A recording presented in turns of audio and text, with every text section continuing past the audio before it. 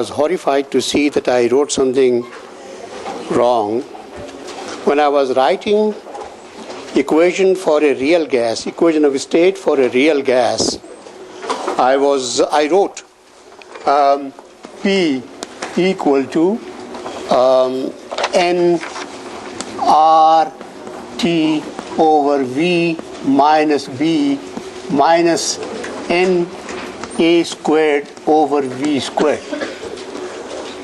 You have it in this way in your notes. There's something wrong about it.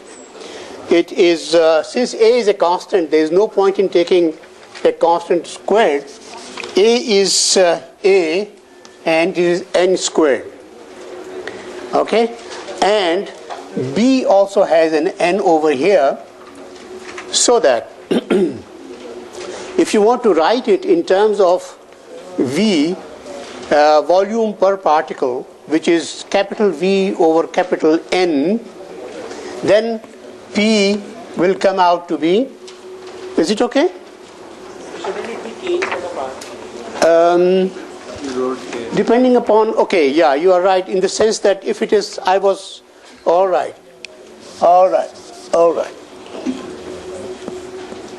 K, because if it is capital N, then it is to be K. If it is small n, molar number, then it has to be R.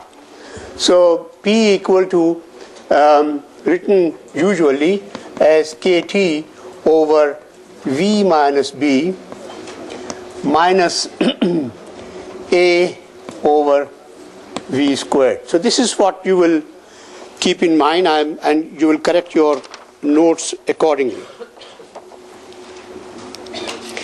In my last lecture, I was deriving the expression for pressure from kinetic theory of gases, from the arguments of the kinetic theory of gases. And I had come to a point from which I will write, and then I will start from there. So this is wrong, and this is correct, okay? You will make this change. Oh, sorry. I have already corrected it. Blimey.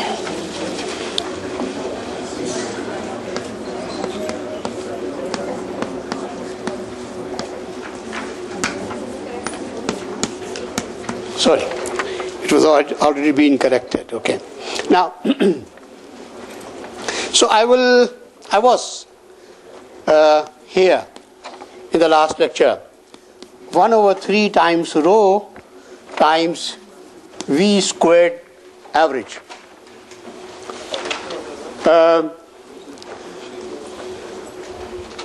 Velocity squared average. Rho is the mass density. Rho is total mass over total volume, and this just factor of 1/3, and which we said was significant because it related, or this relates a macroscopic quantity like pressure with a microscopic quantity like the average speed of particles.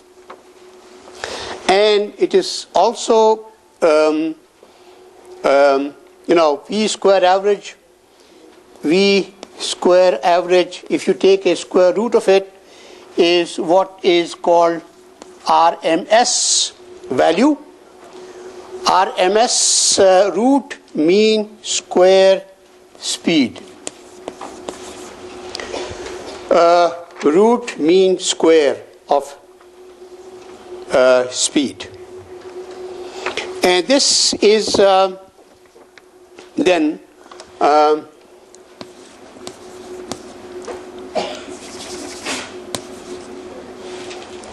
I should actually write therefore this thing as V with a subscript RMS.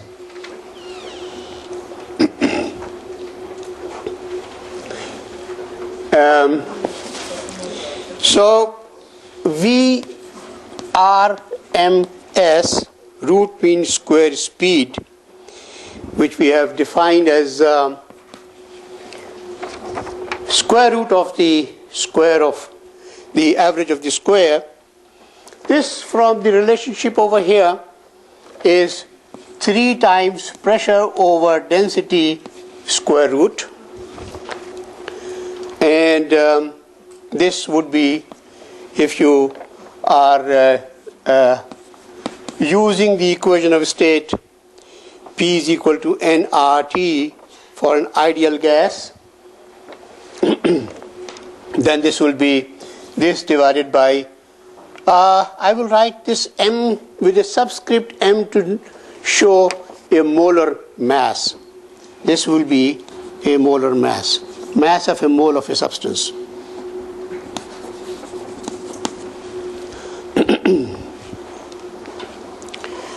All right. So, for example, let me show you some numbers. The VRMS of, let me write over here, example of H2 molecule at 0 degrees centigrade and 1 atmosphere of pressure,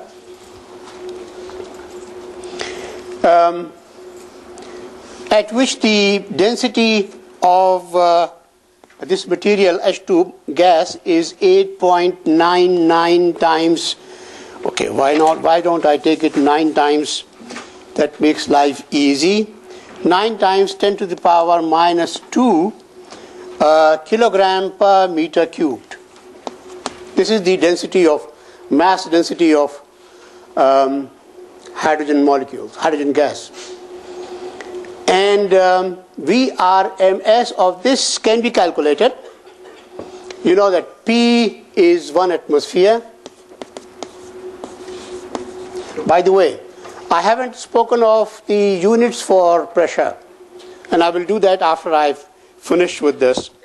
1 atmosphere is 1.01 times 10 to the power 5 Pascal. And Pascal, I will have to explain this. Pascal is MK unit for pressure. So VRMS comes out to be, when you substitute, and I'm substituting the values now to get the average, the RMS speed of hydrogen molecules at this temperature and at that pressure, would come out to be 3 times pressure, which is 3, times 1.01 times 10 to the power 5 Pascal. Pascal is kilogram per meter second squared, divided by rho, which is 9 times 10 to the power minus 2, and then kilogram per meter cubed. I hope people at the backside can see these numbers. I'm sorry, I slowly started from big letters and slowly have come down to small letters. But I will go back to writing in big letters. Now, here you can see kilogram cancel out, and you will get meter per second eventually. Oh, this is square root, of course. Meter per second will come only when there is a square root. Yes. And this comes out to be, you will see the numbers, 1840 meters per second. So hydrogen molecules at 0 degrees centigrade at the usual pressure of 1 atmosphere have a speed of 1840 meters per second. Just to show you some numbers, let me take this opportunity of talking of the pressure units. When you sit down to do problems, you will need to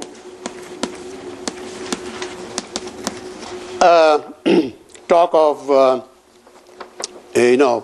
write down pressures. One, the MKS unit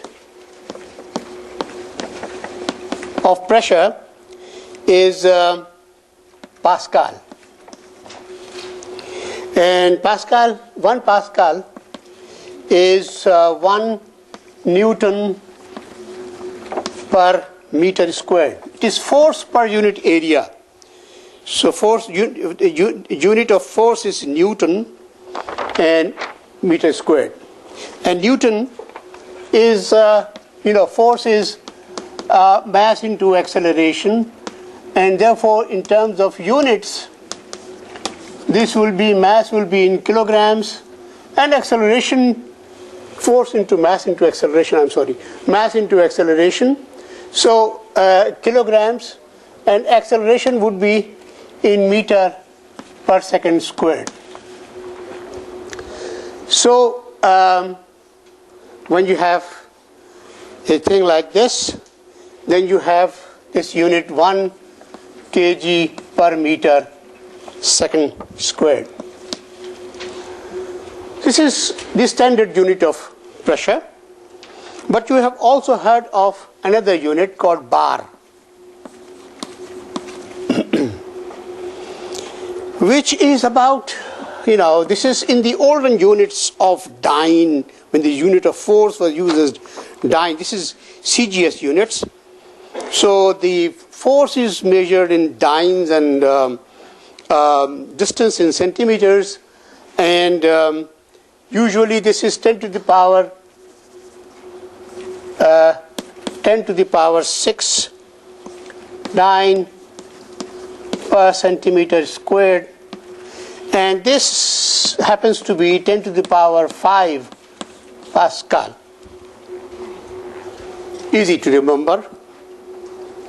Then there is this 1 atmosphere. I actually wrote this on that side. This is 1.01 times 10 to the power 5 Pascal. So this is very close to being 1 bar. 1.01 times 10 to the power 5 Pascal, which is nearly the same as 1 bar. Okay, then there is one very commonly used unit which is called torr.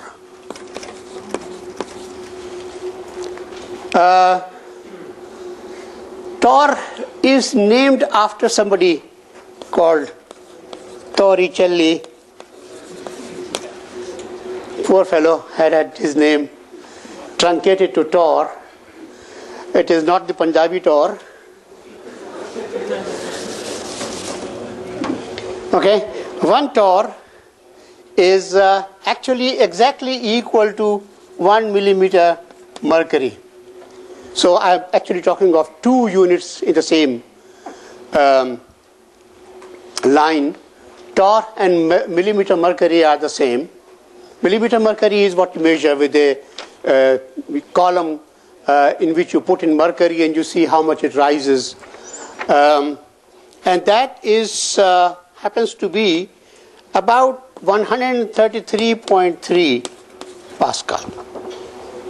And lastly, there is one unit which is again what you see with people who are filling in air into your car tires or motorbike tires or bicycle tires. That is called PSI, pounds per square inch. This is also often expressed in foot per square inch, but this is an odd number, and therefore the conversion is 6895 Pascal. Again, pounds as the pounds per square inch, pounds as the force, and square inch per square inch. All right, this much about the units that we would be using. Now, I'm going back now to the things that I was saying over there. I'm going back to this discussion of writing VRMS, RMS speed in terms of pressure, or equating or writing pressure in terms of VRMS. So combine that with, so P is 1 over 3 rho VRMS squared. Okay? And I will combine this with the relationship PV equal to nRT. So, or maybe I should actually keep V square root, whatever. This will be,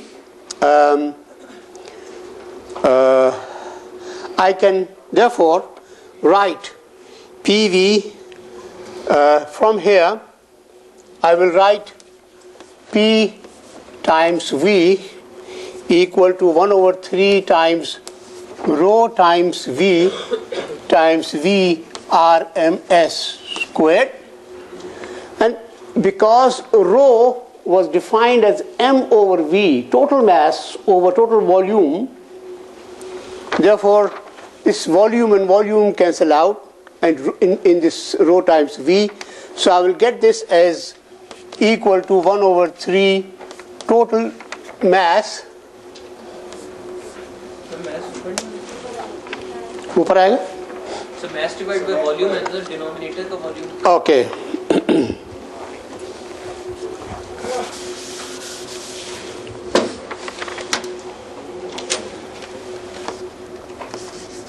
M times V RMS squared.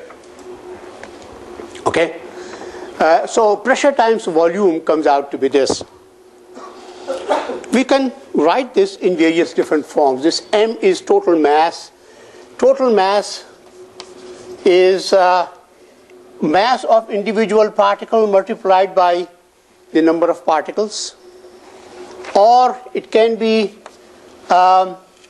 mass of a mole multiplied by number of moles. This will all be that total mass. And therefore, I can write this as 1 over 3 times N times molar mass times VRMS squared. Now, let me now try and think of, let us talk of kinetic energy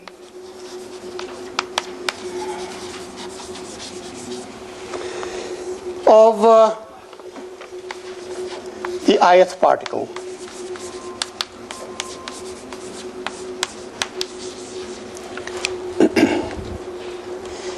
Is I will write that as epsilon I, which is equal to half mi vi squared. Okay, and average, if I were to take average kinetic energy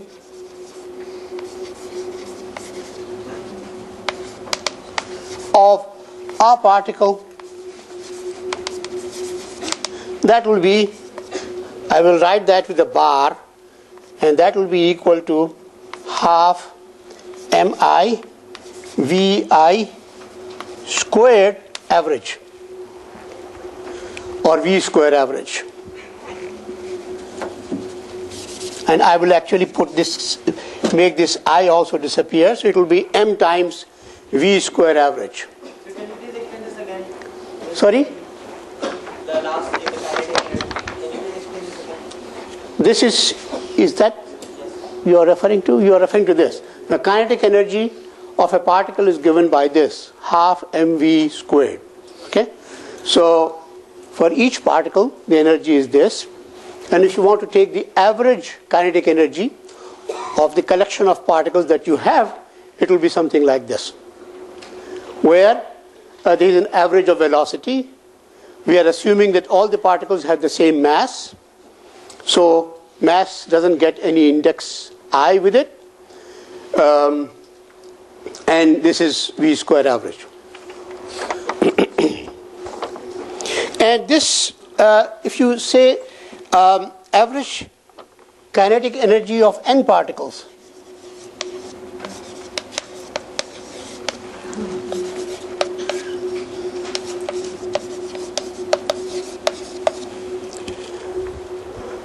you have a collection of n particles. You will write it is as E or E bar. Let me not put a bar on top, just say E. Total average kinetic energy. So let me say total average kinetic energy of n particles that we have in the gas. This will be equal to half m n v square average.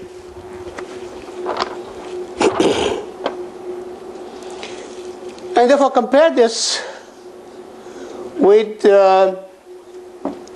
either that or this quantity. I could take this quantity and I could write this as m times n as I have it over here. Correct? This quantity n times mm is the same as m times n, so m times n over here, and v square average is what we have been writing as v RMS squared, right? This is what we have been saying over here. V square average square root was v RMS, so v RMS squared is this quantity. So the conclusion that I can write this as mn v square average is what this quantity is. So it is half, and the other quantity is 3 times PV. Correct? No confusion at all, right? Straightforward. I'm just playing with the various terms that are over here. I have this quantity over here, which is what exists over here too, which is equal to PV. So PV is equal to, I have it here, PV is equal to 1 over 3 times m times n times v square average is what this quantity is. So when I compare this with this, I can write E average as equal to that, or I can also write PV equal to 2 over 3 times average kinetic energy. RMS V का square लेना और average V का लेना same चीज़ है? I'm sorry. Sir RMS V का square लेना और average V का square लेना same बात? ना देखिए, हमने डिफाइन किया है ना, इनका सवाल जो है वो ये कि RMS V का एवरेज लेना, हमने उसका एवरेज नहीं लिया, उसका स्क्वायर लेना, और एवरेज देखें, ये हमने डिफाइन इस तरह किया है ना यहाँ पे।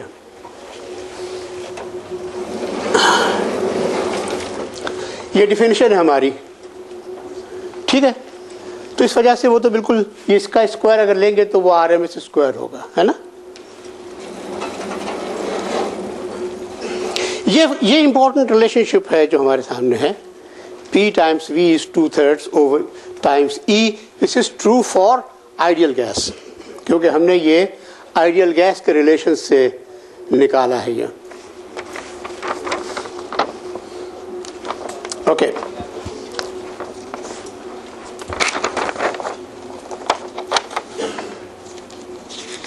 इसी आइडियल गैस के वास्ते एक और रिलेशनशिप ये है कि PV जो है वो nRT के बराबर है. करेक्ट? सो E कुछ हम कहते हैं कि 3/2 टाइम्स P इज इक्वल, और इसके साथ साथ फिर हमारे पास इसकी वजह से E is equal to 3/2 PV बराबर हो जाएगा E, it is equal to 3/2 times PV which is nRT.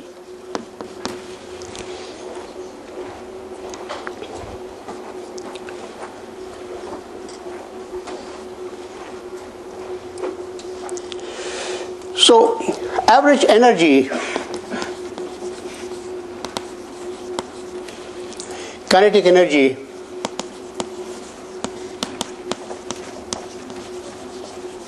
of a particle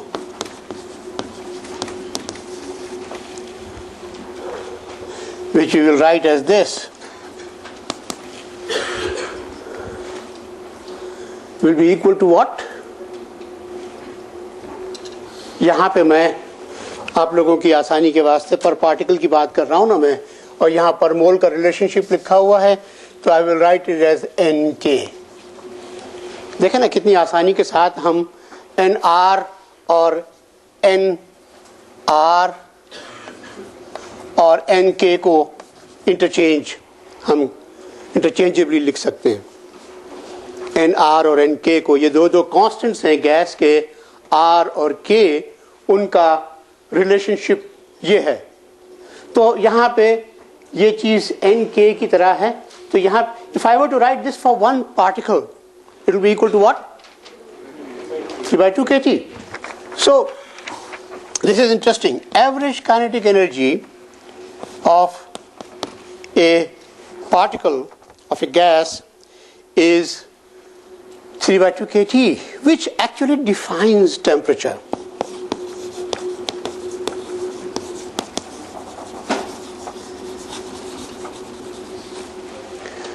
Temperature of a gas is actually the average kinetic energy of a particle.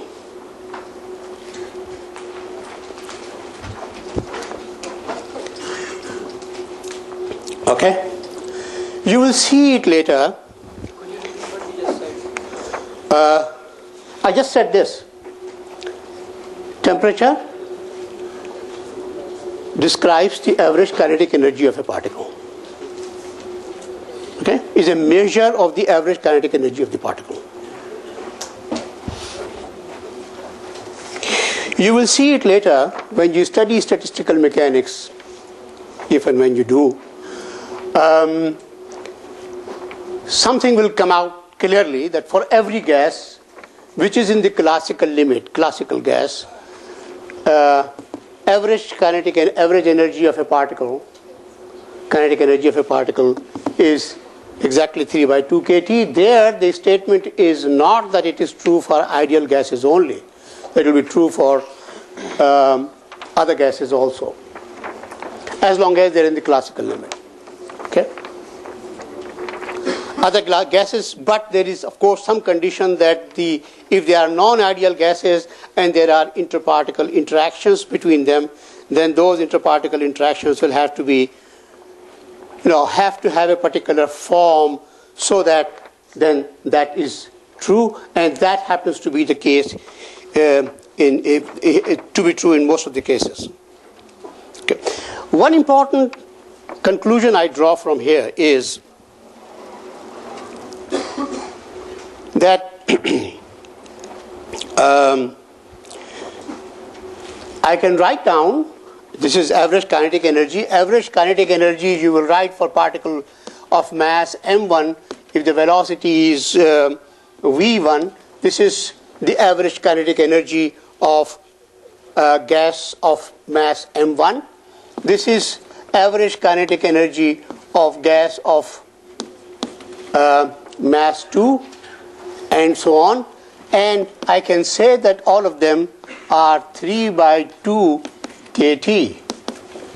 So there is a relationship between temperature and this kind of and the average kinetic energies. That these are all related to R equal to 3/2 times kT. And because of this, we can actually focus only on this aspect.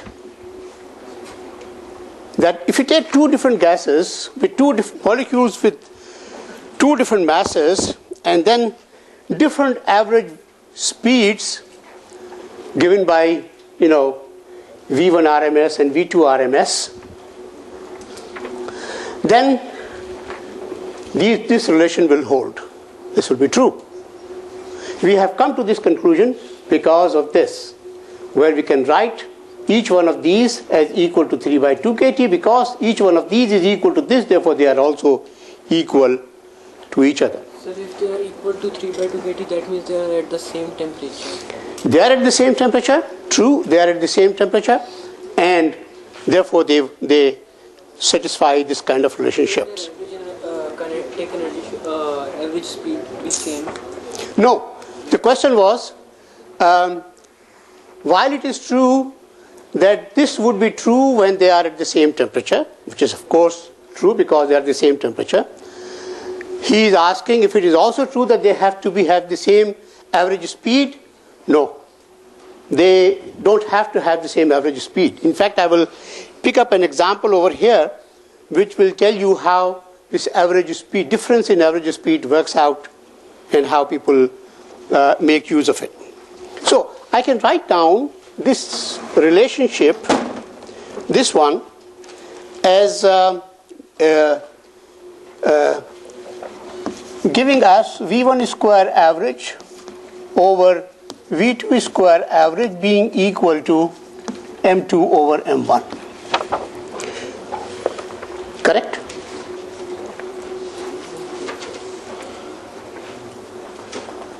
From here, this will give us this. Anybody not happy with this?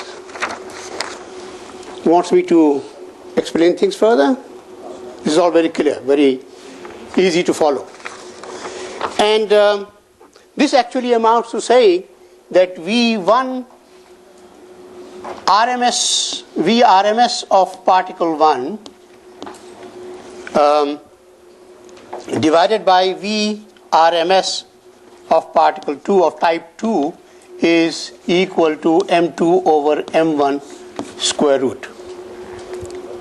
Right? I have just said the same thing as I have used this relationship for VRMS. I have said exactly the same thing over here. Now, this is significant because it can be used in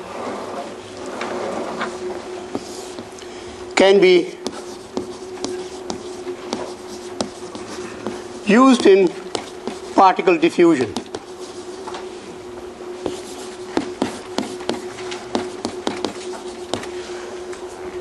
What this expression is telling us is that if you have two gases at the same temperature and you let the gases go in the same direction, then the gas with the lighter mass will be faster. Right? If you let the gases at the same temperature go in the same direction, race against each other, then the gas with the lighter mass will have a higher speed. Okay? This is the statement that comes out of here. And that is actually what people utilize in diffusion. They let the particles diffuse through some medium where they are all forced to go in the same direction, but the average speeds of those particles are governed by the temperature, and of course not just temperature but also the masses of the particles. And when that happens, then the lighter particle will move faster than the slower particle, and that will give you an opportunity of separating out lighter particles from the heavier particles. Now this is precisely what happens, and I just picked up this example because this might interest you also. Uranium enrichment.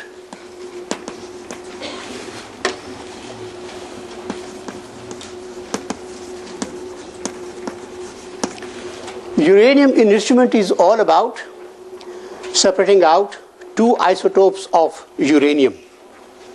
There is this isotope U-235 and there is this isotope 238.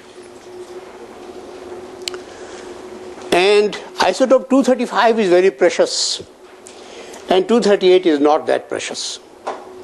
But in nature, 238 is in abundance and 235 is very little. So enrichment of uranium becomes a very prized thing. People go after it, people want to make use of this. This fissions, this does not fission. U-238 does not fission. This number 235 and 238 gives you the total number of protons and neutrons in the nucleus. So the difference between them is actually 3 times the mass of a neutron or a proton. The mass difference is extremely small. Let me give you the mass difference.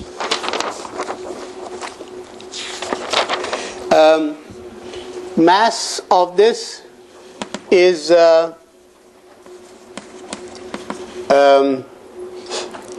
no, this is the mass. Okay, let me give you the mass numbers in a proper form. So I can give you the mass, but so what do? You actually try to enrich it. So in trying to enrich it, you have to turn this uranium into a gas. But uranium metal itself in a gas is not very stable. It also catches fire and also forms clumps. But what is manageable is uranium hexafluoride, UF6.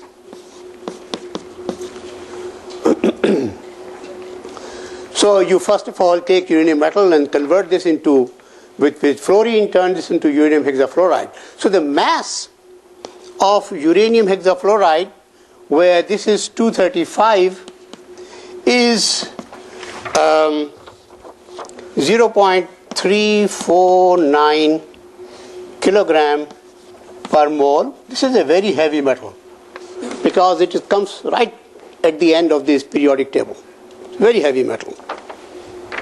And mass of the other one, uranium hexafluoride with atoms of 238, is 0.352 kilogram per mole.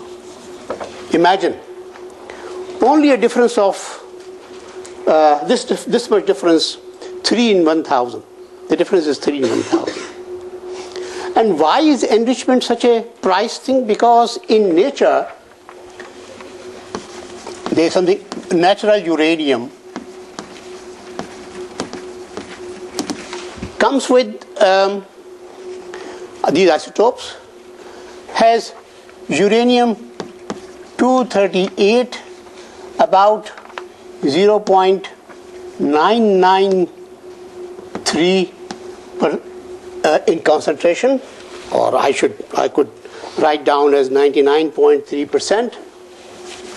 For you to understand, 99.3%, and uranium-235 comes in only 0.7%. So, such a low quantity, 7 atoms in 1,000 is uranium-235, and you need it for making bomb, and you need it for running atomic reactors and so on. So you need to have more of it. So what you do? You take some uranium hexafluoride gas, and with some techniques, you enrich it. Enrichment means increasing the contents of 235 from this to some other. So for reactors, for example, you take 0.7% to about 3 to 5%. 3% would do. In fact, Karachi nuclear power plant runs with natural uranium. It can also run with natural uranium, but it is a small reactor. 0.7% to 3 to 5%. And for bomb, you need 90%. Over 90%. So you need to do this kind of enrichment. You need to increase the concentration of 235 by that much amount. And the difference in the masses is so little, such a small difference. But you can use this property that the average speed of the lighter atom is higher than the average speed of the heavier atom. So if you let all of these uranium atoms flow in some tube or something, then 235 ones will win. They will be faster. They will be ahead of the 238. So you can take out those of them who reach earlier, and you have a material which is richer in 235. However, the point is that the enrichment, let me see the proper word for it, enrichment factor. Enrichment factor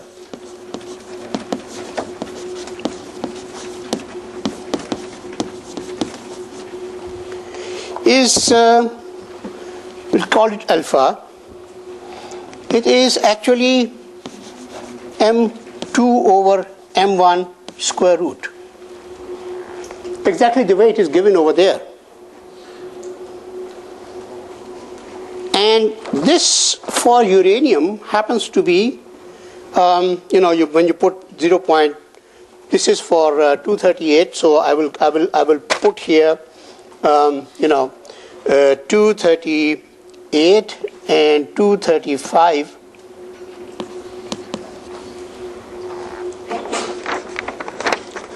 This difference comes out to, this ratio comes out to be 1.0043. Not very much. If the masses were equal, the enrichment factor will be equal to, this factor will be equal to 1, which means that it will simply not enrich. Okay? So this is only 1.003, and it can go up if the difference is larger. It will go up, and it will. It is good that it is. So what it implies is that because it is slightly greater than 1. So although for the first time, when you take the initial natural uranium with this ratio in concentration and multiply it with alpha, you will get a very small quantity, only 1.0043 times this. So the concentration will not be very different. This will be slightly increased, this will be slightly decreased. Okay? However, if you just continue doing this, take out the front part, run it again, and take out the front part and run it again, and so on, and slowly you might end up with a very high concentration. So you actually are looking for alpha to the power n. You will run this n times and end up with some concentration that you desire. For example, 3% enriched uranium, where the uranium-235 is 3% and uranium-238 is now 0.97.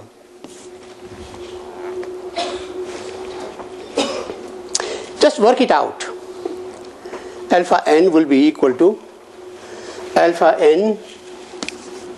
to the power n will be equal to 0.03 divided by 0.97 multiplied by 0.993 divided by 0.007 And well, quickly speaking, I can forget about these zeros, and I can forget about these, and I can then this is 100 and this is 1000, so this is about 10. 30 over 4 is about 4.3 or something. Okay? Actually, when you look at with these numbers, the actual number comes out to be 4.387. Okay? And I did that by doing a kind of quick quick multiplication division. Okay. So now with this you take alpha to the power n is equal to 4.381. So n times, you take log on both the sides, you say n log alpha is equal to log 4.381. So n is equal to log 4.381 divided by log alpha. Log alpha. And alpha is equal to this. So let me substitute this. Alpha for uranium enrichment is 1.0043. Is this talking out of excitement or out of curiosity or out of boredom? All three together, eh? Yeah. Sir, why did you multiply the two quantities, 3 over 97 and 9 Why did this is the equation I said, okay? So your question basically is, why this equation? Is that the question? No. Oh, are you happy? Now you have found you got the answer. Okay. This is the equation, and from this equation I'm trying to calculate n. Number of times you have to turn it again and again to be able to enrich it to a particular level. Okay? And I did this, and this number comes out to be about 350. You will see it on your calculators, okay? So the thing is that if you make a uranium hexafluoride gas and make particles run through some stream, then lighter particles will move faster, and you collect the gas at the end and then recycle it and do it 350 times, then you will end up with a 3%. This is what I said, 3%. You will end up with a 3% enrichment for a reactor that you need for a reactor. 3% enrichment. Okay?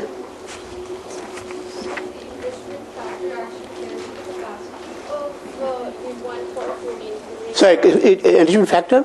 The enrichment factor, does it tell you the capacity for one sort of uranium to be converted into another? It basically tells you the change in the composition. So the initial fuel had a composition in which there were only 0.7% of uranium-235 and the rest of them 238. The final composition is when the 235 are 3% and these are 97%. Okay? Now, this factor is converting this composition into this composition. Okay? So what happens to centrifuges? Oh, we will come to that. But that is not going to tell you about thermodynamics. Of course, there is a thermodynamics of centrifuges also, but we will need to put it away for another time. Okay, but the separation idea of separation is the same. Okay, so here you need 350 turns to be able to get to 3%. So now let us try and make a bomb and go to 90%. And see what happens.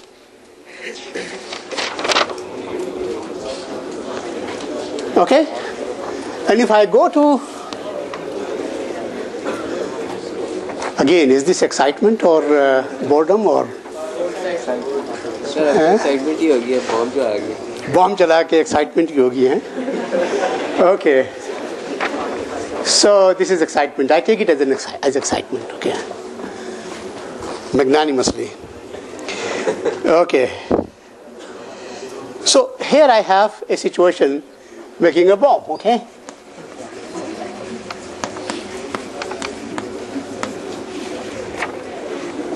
And here the initial concentrations are the same.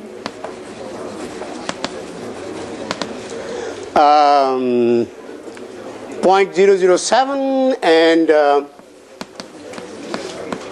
0.993. Okay. And the final concentration that you want is 0.9 and 0.1. Okay? 90% enrichment. 90% of the atoms would be 235 atoms. And there then, when you put alpha to the power n is equal to 0.9 divided by 0.1 multiplied by 0.007 divided by 0.993. उल्टा हो गया? Okay. You are right. 0.993 divided by 0.007.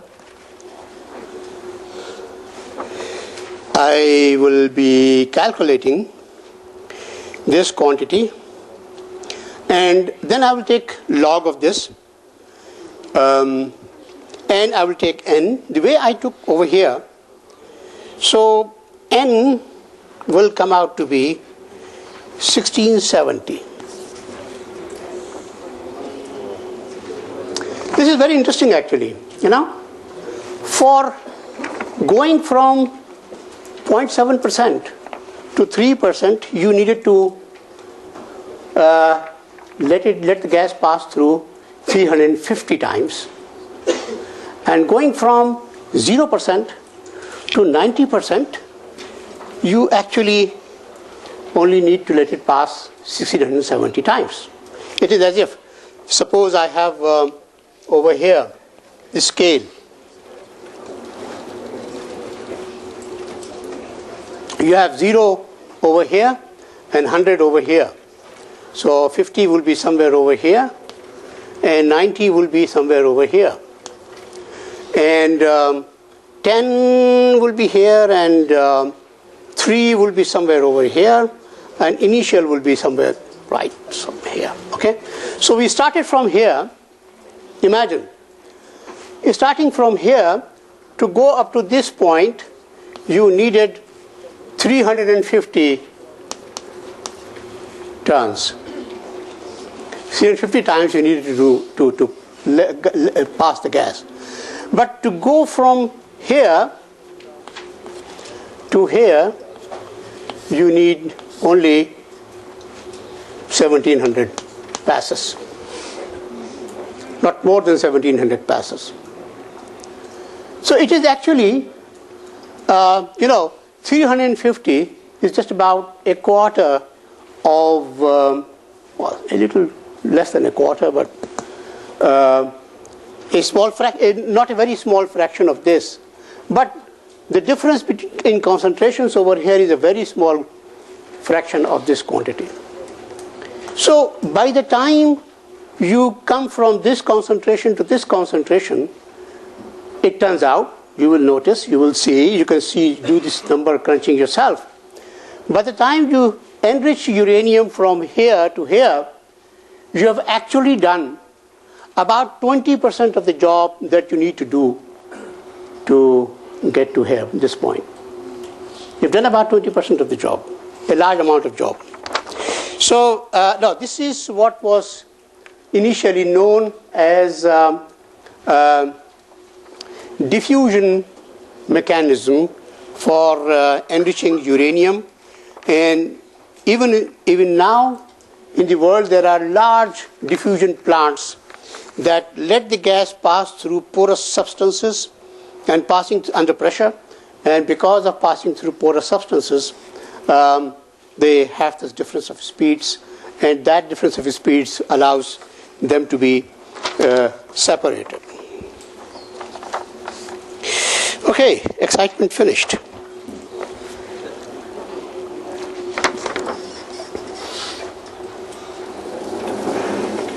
How I use the other one? Oh, okay.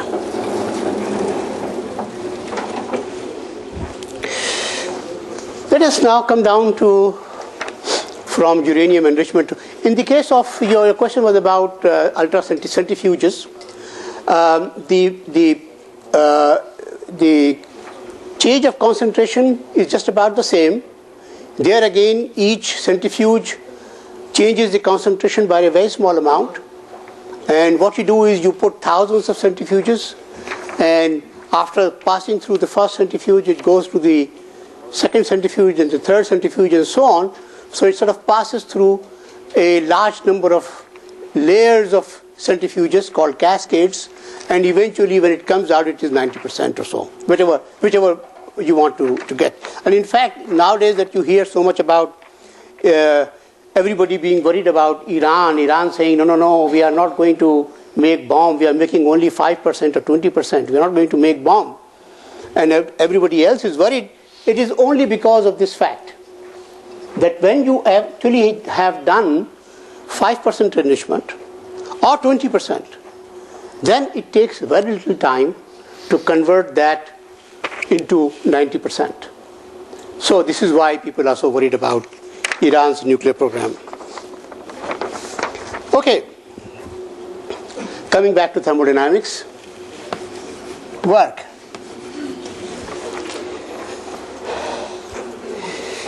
And I'm going to now spend a little time trying to put things together, trying to specifically give correct signatures and correct definitions and so on about work and heat. And then we move on to looking at more involved phenomena. See, work is supposed to be force into distance.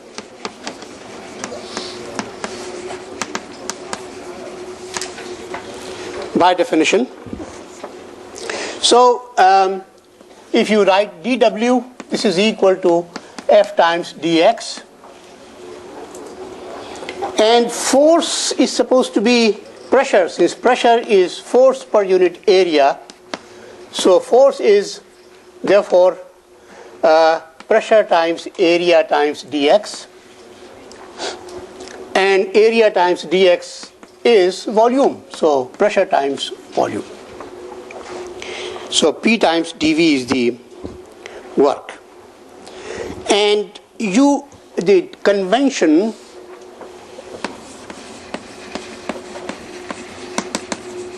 is that you write dW equal to minus PdV. And minus and plus comes in with some understanding of what you regard as work being done by the system and work being done on the system. Work being done by the system and being done on the system ought to be opposite in sign. And that is why the convention asks you to put a minus sign here. That is therefore of utmost importance. Right? Those who haven't heard because they are sleeping, they would not know that there is a minus sign that goes with it. Okay? And then dV happens to be V final minus V initial. Okay? And this dV, V final minus V initial, can be expansion and compression.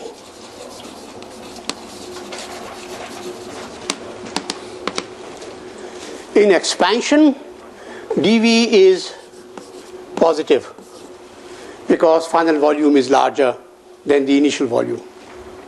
In compression, dV is negative. And in expansion, therefore, dW is negative.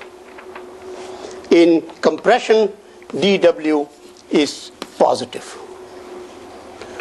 Sometimes some authors are very particular and they say, with work, do not put a D. When you say dW, it is as if you are saying dV or dP or dE. These are properties of systems. Work is not property of a system. Work is what energy in transfer, the energy that is being transferred in some form. And therefore they would actually put W rather than dW. But, this kind of excess is generally accepted. So I am using dW here, and I will also connect it with some convention.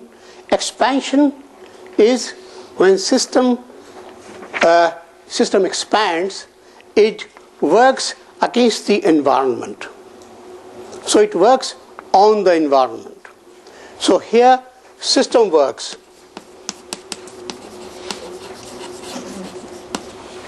Work done by the system. And here when the environment does some work on the system, the environment compresses it. And that is taken to be work done on the system.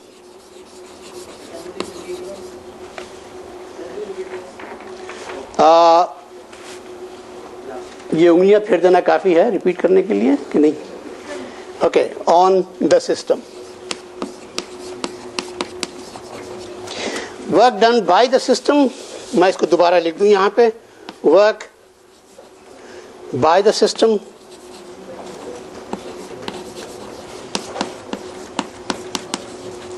तो यहाँ पे ये जो आपका सवाल है ना, उसका ये मतलब है कि we have to distinguish between work done by the system and work being done on the system. All right? Or we take expansion to mean work being done by the system. So that's what I want. Why do we take this? Why do we do this? Generally speaking, if you want to work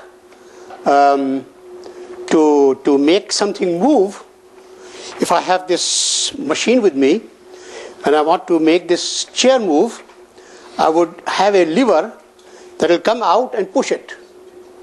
Okay? So there will be something inside that machine which will expand and let the lever come out and push it. Okay? Although if you sit down and if you try to argue it the other way, that would also be convincing. But as I said, this is only a convention. Okay? Convention, and we have to be consistent in our conventions so that we don't make one statement here and the other statement over there. All right? So the convention is this. Expansion means work being done by the system where dW is negative, and compression means work is being done on the system, dW is positive. This is the convention. Okay? All right. Where am I?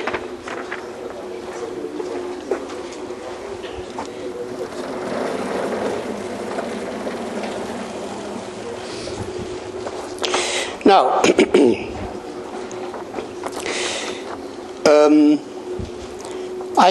we can go through this in a very quick manner to see that the work depends on path.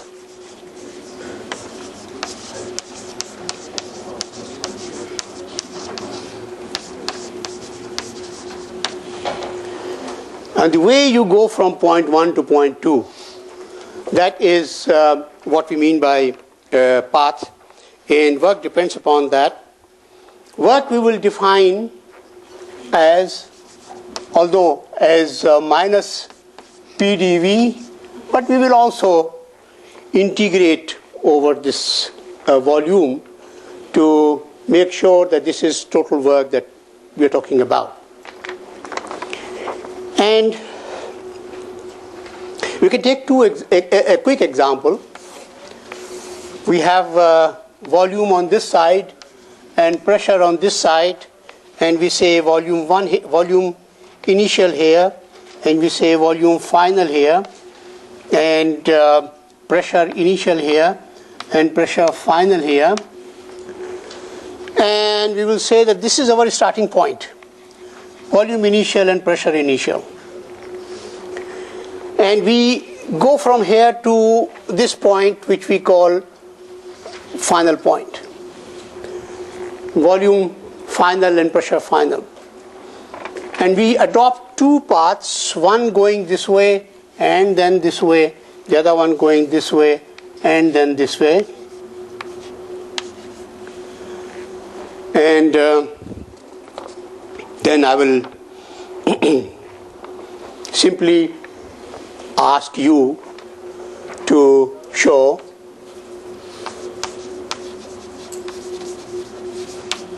this is path 1, say, and this is path 2, that W1 is not equal to W2. So this will be an exercise. You can very easily do it, okay, by following the same method that I have described over there.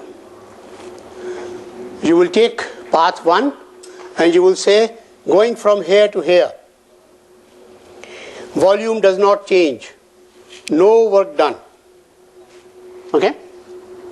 Going from here to here, add this pressure PF, volume change, VF minus VI. Okay?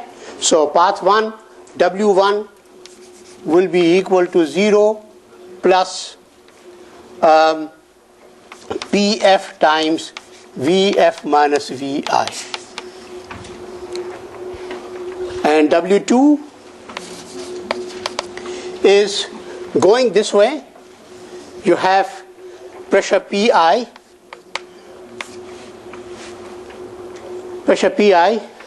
VF minus VI. Continuous conversation on this side. Something is not clear? मुझसे पूछ लें हाथ खड़ा करके. This plus 0. So easy to see that work in the two cases are not equal. And therefore we conclude that work depends upon path. And because work depends upon path, therefore W is not a state function.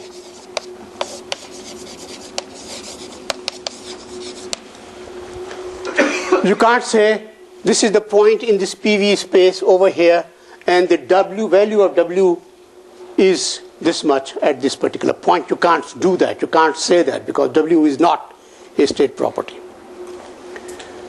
W depends on how the energy was transferred, how the work was carried out. And in the last 5 minutes, let me quickly go through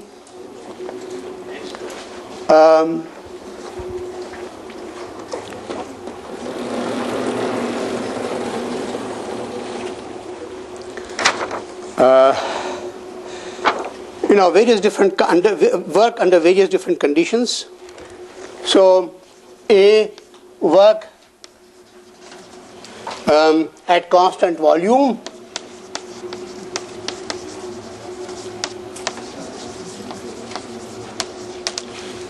Somebody tell me how much should that be? 0. Work at constant volume is 0 because work is this dV is 0, so W is equal to 0.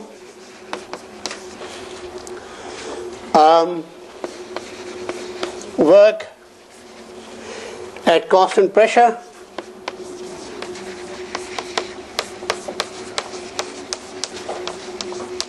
is W equal to minus P times Vf minus Vi. We have said it above and we have said it over there. I am writing it again. Work at constant temperature.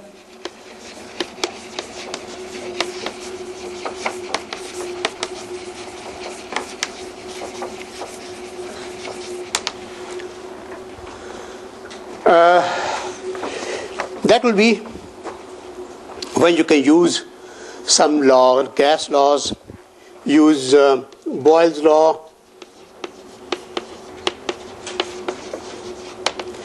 which says that pressure is proportional to 1 over V at constant temperature. This is what Boyle said. At constant temperature, pressure is proportional to 1 over V. So this is what you say, pressure is equal to, say, C over V. We don't know what C is. We will find out what C is, but pressure is C over V. And therefore, W is equal to minus integral P dV is minus integral V from VF, VI to VF of C over V. So C is constant, so we can take the C out, and dV over V, and this is equal to minus C times log V in the limits VI to VF, which is equal to minus C times log VF minus log VI. I have not been consistent. I write, at times I like natural log ln, at other times I write this as log. So here, for example, so this is actually C times log VF divided by VI minus times C times this. Okay? And because if you can use ideal gas also, then C is defined. Ideal gas law says P is equal to nRT over V. So C gets to be equal to nRT, and hence work is equal to minus nRT times log of VF over VI. Okay, and lastly, work in adiabatic conditions.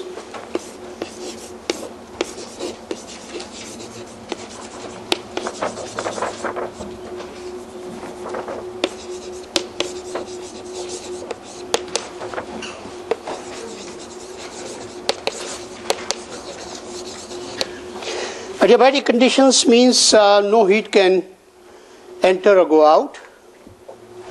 So your system is completely insulated. And when that is the case, then adiabatic condition is defined by P times V to the power gamma equal to constant,